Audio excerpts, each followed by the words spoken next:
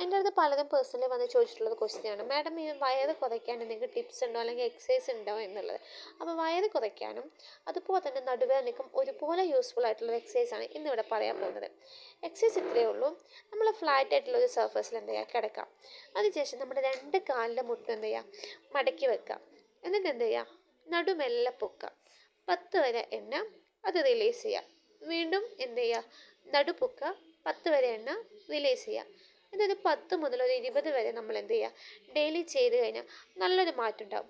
ഇതിൻ്റെ കൂടെ തന്നെ നമുക്ക് ആഡ് ചെയ്യാൻ പറ്റുന്നതാണ് എന്ത്, ഒരു കാല് മാത്രം മടക്കി വെക്കുക, മറ്റേ കാല് സ്ട്രെയിറ്റ് ആയിട്ട് എന്ത് ചെയ്യുക, നീട്ടി വെക്കുക.